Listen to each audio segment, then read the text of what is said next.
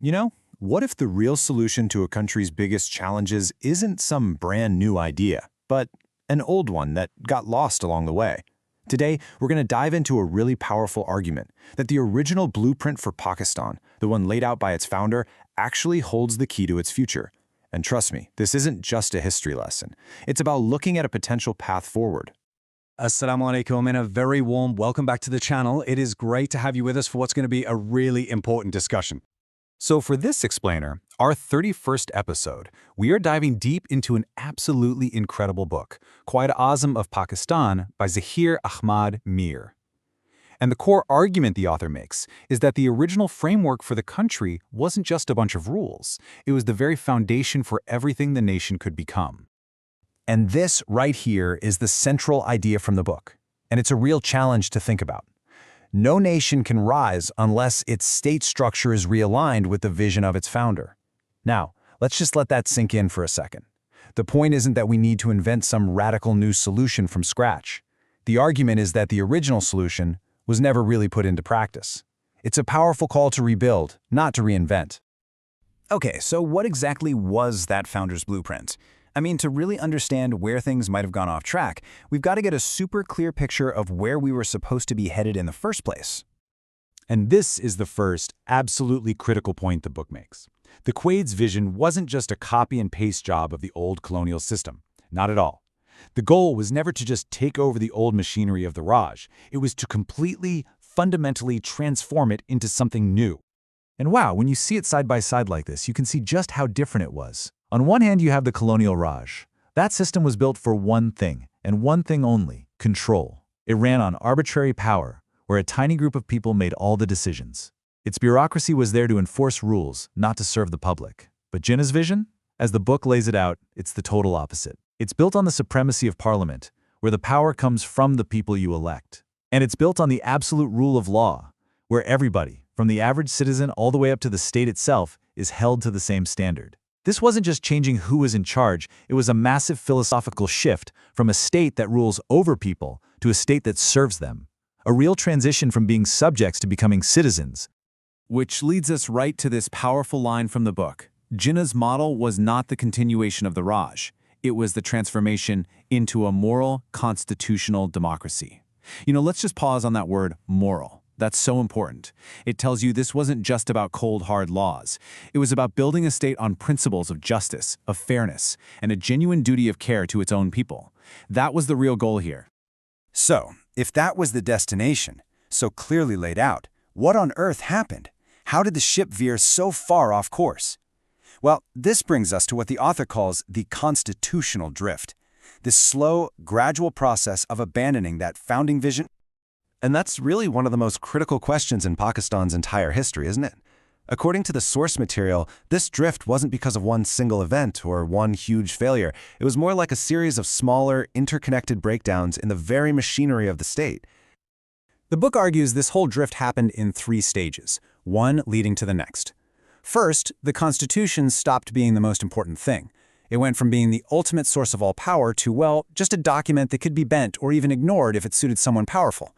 And when that happens, the second breakdown is pretty much guaranteed. Your institutions lose their independence. The courts, the civil service, the very things that are supposed to be the guardrails of democracy, they start to weaken. They stop serving the law and they start serving individuals. And that leads you right to the third and maybe the most damaging breakdown. Governance becomes all about personality. Rules and processes get thrown out for shortcuts and personal loyalty. Suddenly, who you know becomes way more important than what you know. And the book is crystal clear on this point. This was not an accident. This didn't just happen on its own. It says it was the result of abandoning institutional discipline. Think about that. Every time a rule was bent, every time a constitutional principle was ignored for some short-term gain, it was a choice, a failure of discipline that, bit by bit, dismantled the very framework that was designed to protect the nation and its people.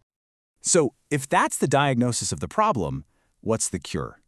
See, the real power of this analysis isn't just in pointing out what went wrong. It's in arguing that the solution has been sitting there the whole time. It's about finding the courage and the will to go back and rebuild that original framework.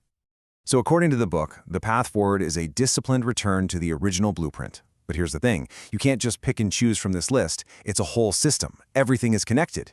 right? You can't have real parliamentary supremacy if the rule of law is weak. You can't have a strong, fair federal system without a fiercely independent judiciary there to protect it.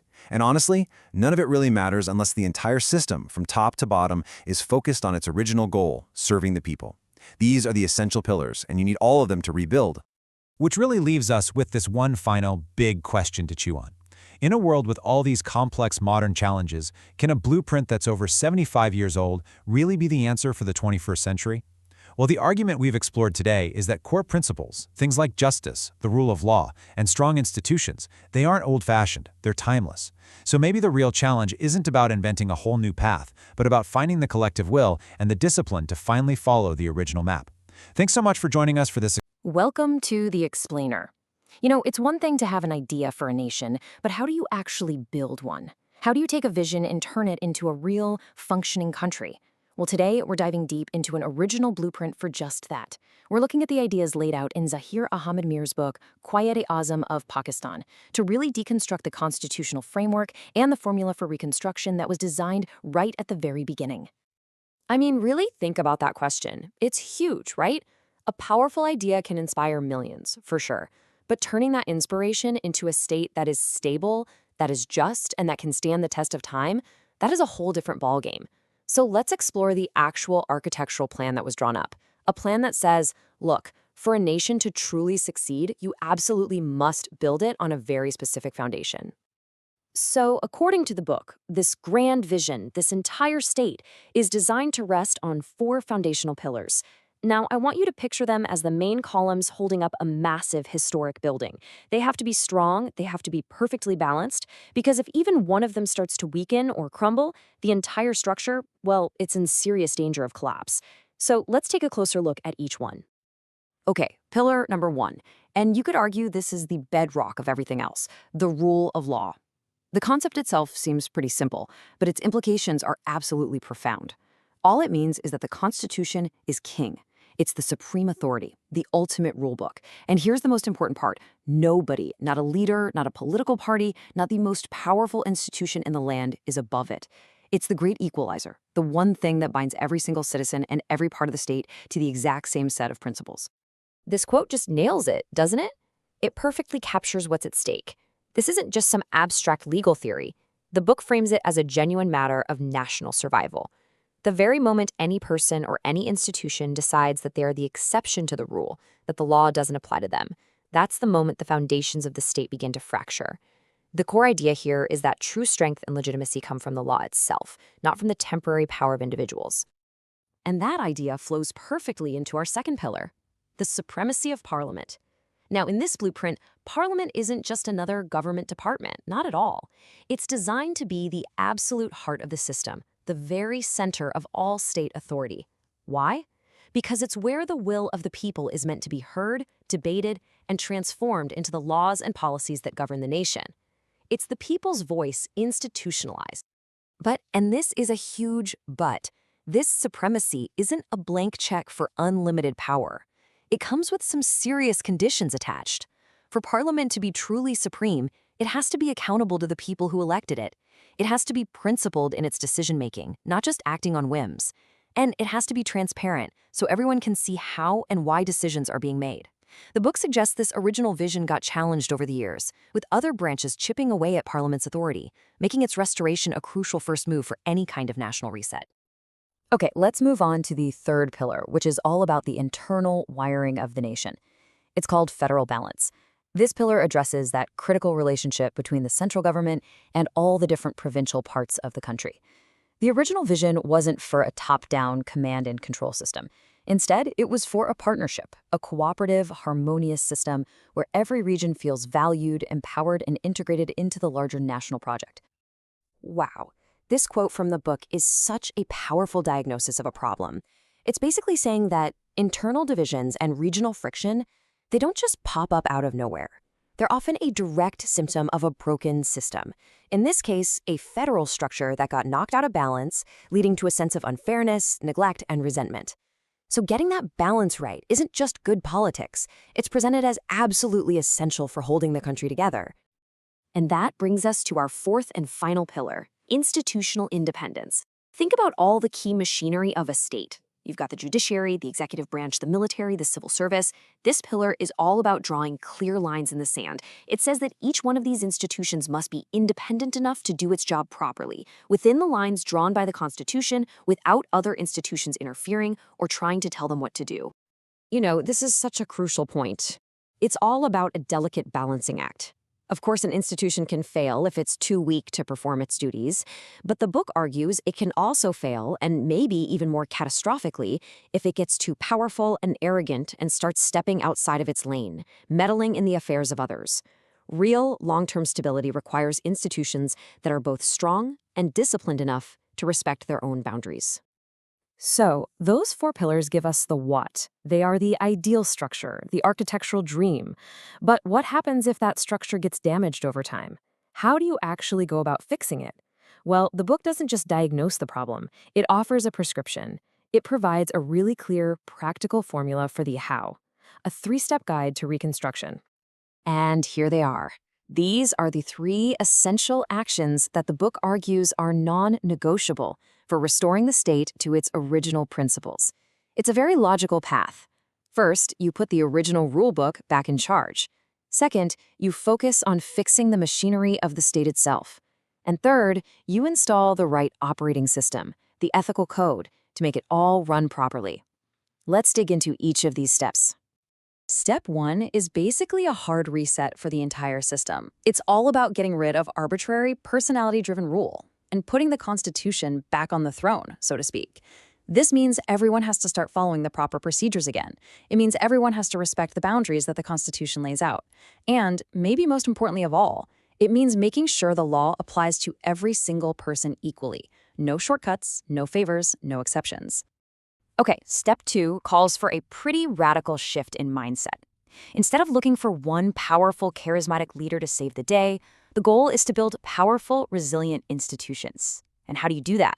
Well, you make them run on clear rules, not on the whims of the person in charge. You digitize them to make them more transparent and efficient.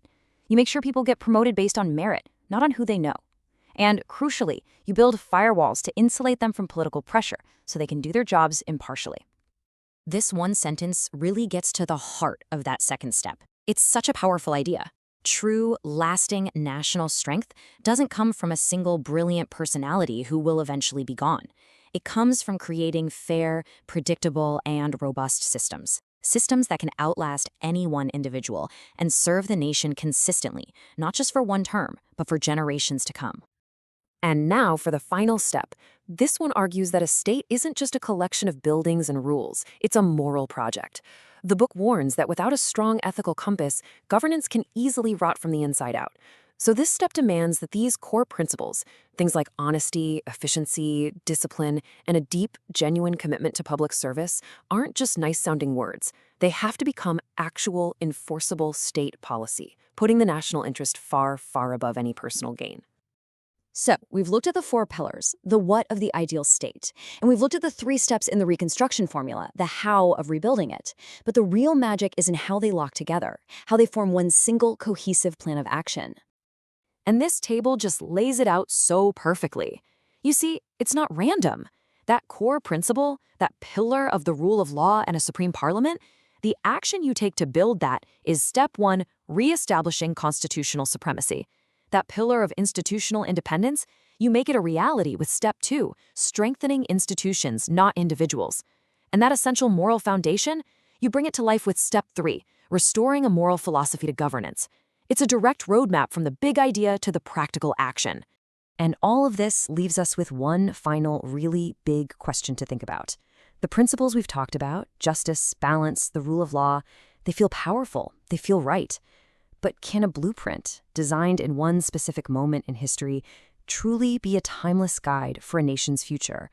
Or do the new and complex challenges of a constantly changing world mean that the blueprint itself must always be reinvented?